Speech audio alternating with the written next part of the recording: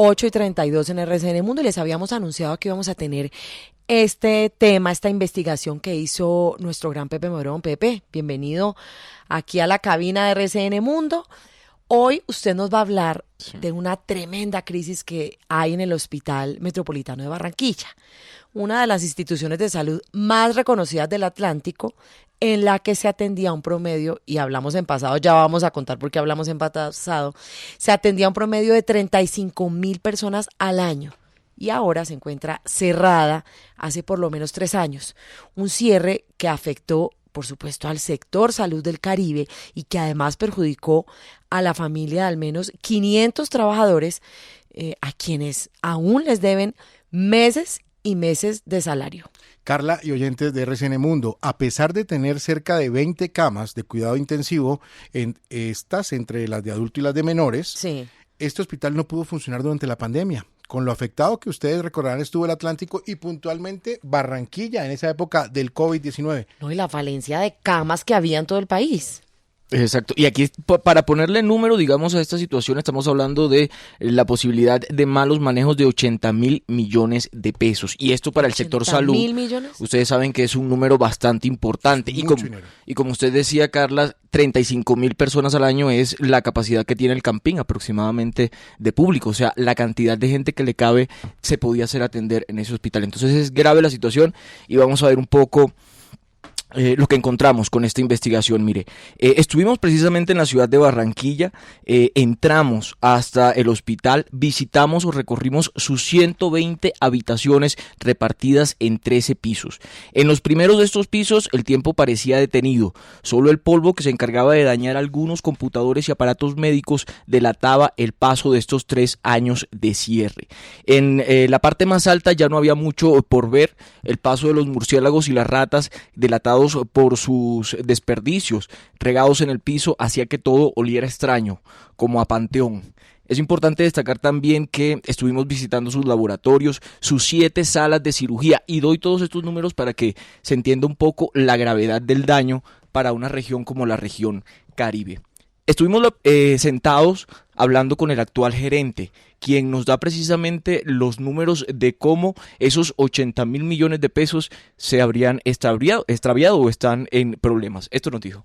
Mi nombre es José Luis Castro Guerra, soy el director general encargado del Hospital Universitario Metropolitano. Nosotros ingresamos el 11 de marzo del año 2021 encontrándonos un hospital completamente cerrado y abandonado. Hay más de 80,000 millones de pesos que están detallados de la siguiente forma: 45,000 millones de pesos que se adeudan por salarios y prestaciones sociales a los trabajadores, un promedio de 21,000 millones de pesos que son problemas tributarios, incumplimientos y sanciones, más de 5,000 millones de pesos en equipos biomédicos, 13,000 millones de pesos girados por el ADRES, dinero que son de la salud.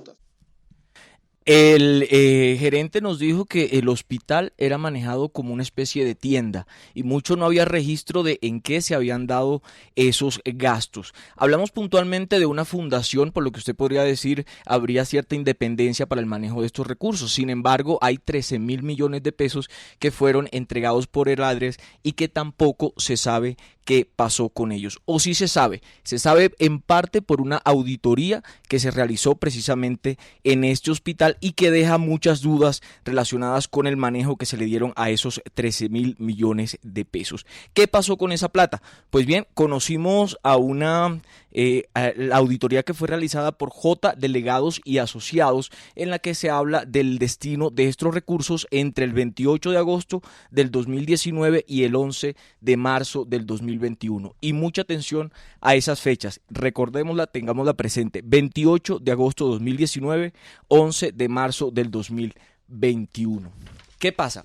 Hay 13,000 millones con algunos cheques que se desaparecieron de forma bastante extraña. Tenemos detalles, o que se habrían desaparecido de forma bastante extraña. El retiro en ventanillas por cajeros habla de un total de 4,200 millones de pesos. Esto solamente en el Banco AB Villas.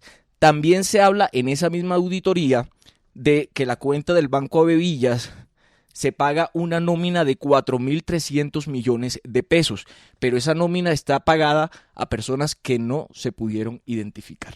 O sea, una nómina paralela, pero las personas no trabajan ahí, no sé, es decir, le están pagando unos sueldos, una nómina a personas que no existen. Lo que se conoce como una nómina fantasma, Carla.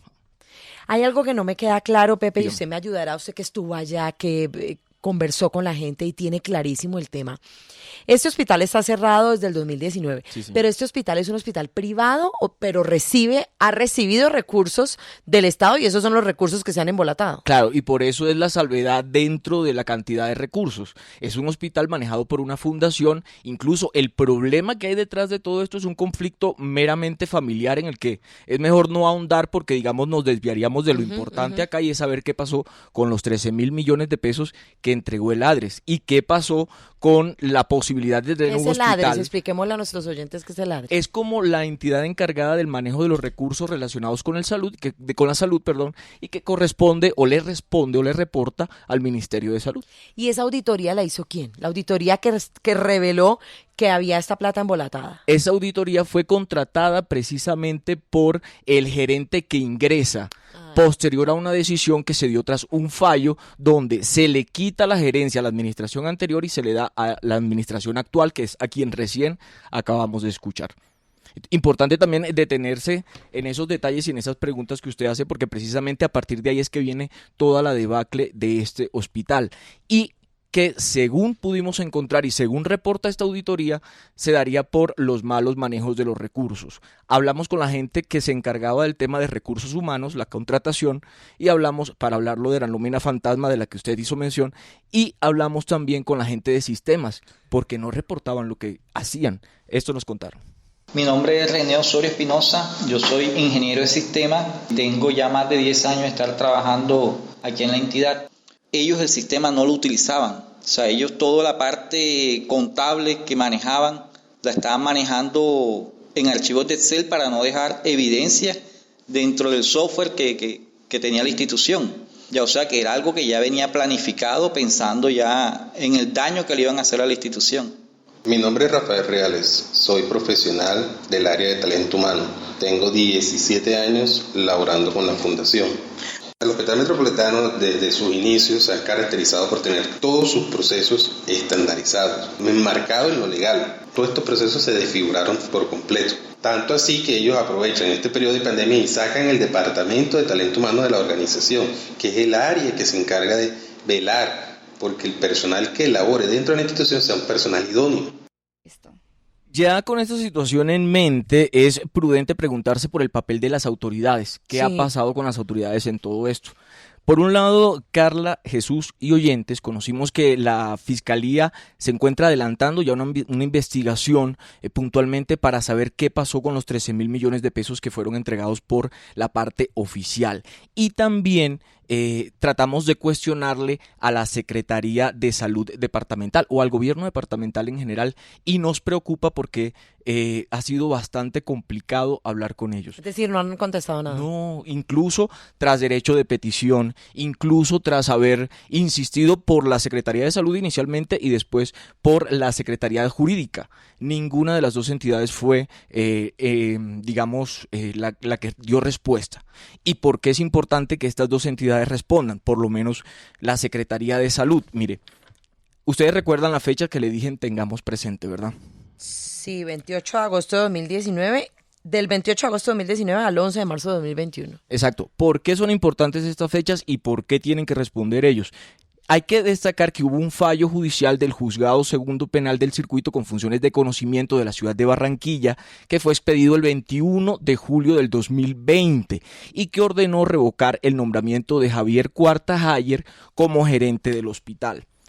También hay que destacar que hubo una tardanza de cerca de 9 meses en la expedición de la resolución del 1 de marzo del año 2021 que ordenaba a que se nombrara al señor Alberto Enríquez Acosta Pérez como el director administrativo y representante de la fundación del hospital. Y fue en esos meses donde la auditoría encontró que se dieron las irregularidades. Entonces tiene que responder la secretaria por qué la demora.